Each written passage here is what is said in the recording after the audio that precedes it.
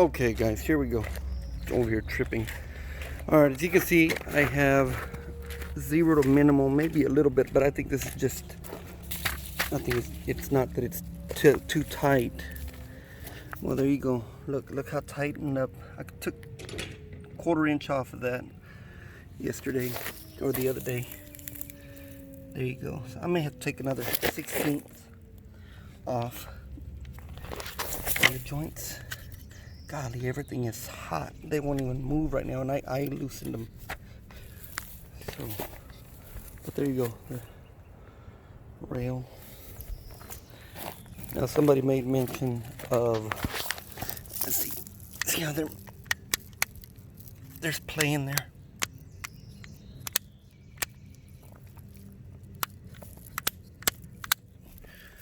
Somebody made mention if I had some kind of expansion. I had bought the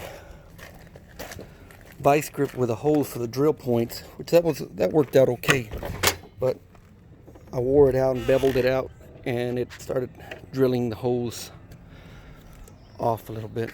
So let me show you the Corona Pass here.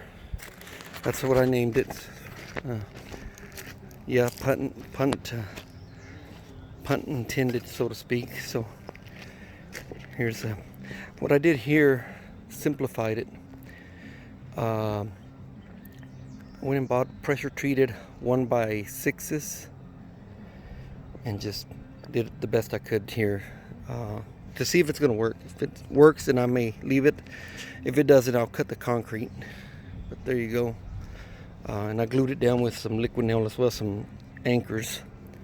So, and then I went over it here a little bit just in case they do run over it. I put these big old rocks, so when they do run over it, let me back up this way. If they do run over it, well, I'm gonna laugh about it. So here we go. Let's go take the trip around Corona Pass here. I got most of my stock here. Let's see. It is stupid bright out here today. I think it's like 89 or 90 again. So there we go. So I did 8 inches. I dug 8 inches out, put 8 inches of base, compacted it when it was raining, let it dry,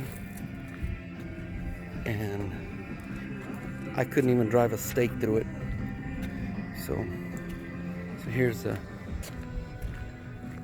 this will be next test, maybe in next week or sometime. It's too hot right now, and I ran out of material, ran out of base and gravel, and needless to say, my wife, the bank is closed right now. I need to remove these trees here, or bushes, or whatever they are, so I can continue with the gate. Fill this in with base, compact it. So I'm gonna let me show y'all what I've been doing. Okay, here's let me go to the shade. Okay, the vice grips, I think I've laid over let's see, 800, 1700. What do you think? Grandbabies are killing me. Oh, they run the heck out of the backyard, so thank you. So here we go. Okay, the vice grips, I think they're $50 or $60. They're great, but the problem with that is the more you drill out of them, the more you make the hole bigger, and then and the expansion, they don't, they're solid. There's no oval in it. So I bought these. Let's see, right here. This is what I'm doing now. Now it's got plenty of play on both of them. My plates are, as you can say, they're oval, I guess, if I'm saying that correct. Now this is what I bought from EP, I guess EP Plastics. Let me put it over here in the shade a little bit. Okay, so there's some pros and cons on this. The pros are it punches, and it punches the holes like the plates. The cons are once it goes in, it's not retracting. So I have to put this screwdriver, once this part is tight to there, I have to put it in there and then hit it with a hammer, pop it loose. So once it pops loose, it'll jump back with that spring.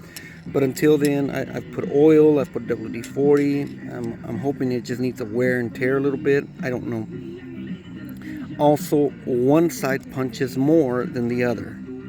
So it's kind of in an angle when I'm driving it. So those are two problems. I don't know if they're normal or if it's just the one I got or whatever. However, if I had to do it again from the start, I would still buy it. It's pretty costly. It's like $250, $260 or so.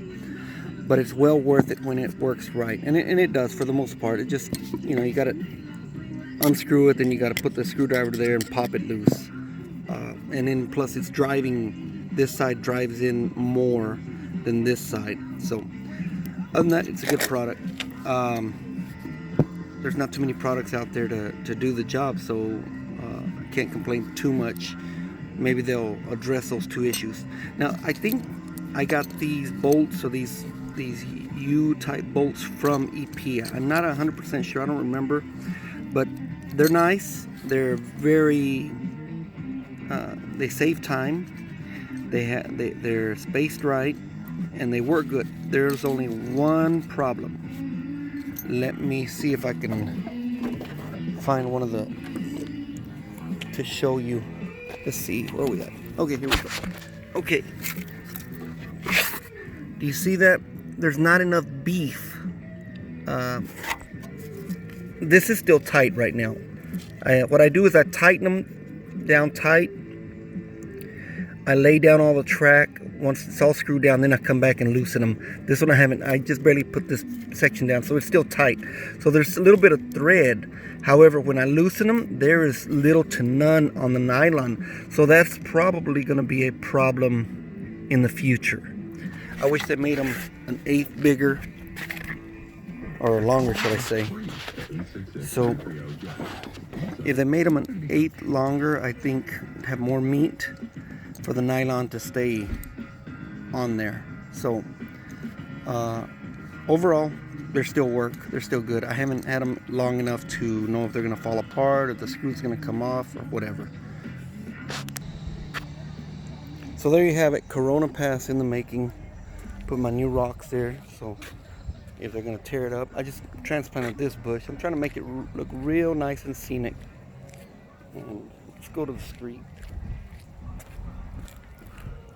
So it's kind of camouflaged to a certain degree. So here, let's get a nice angle.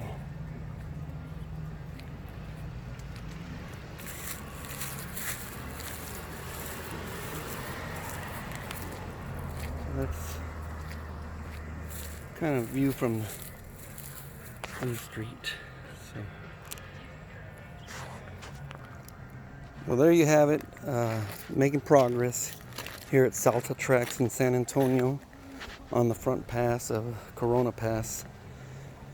So, like I said, I ran out of stone, I ran out of gravel, I ran out of base. I've run out of everything, so I think the project's going to slow down a little bit. So talk to y'all later. Bye.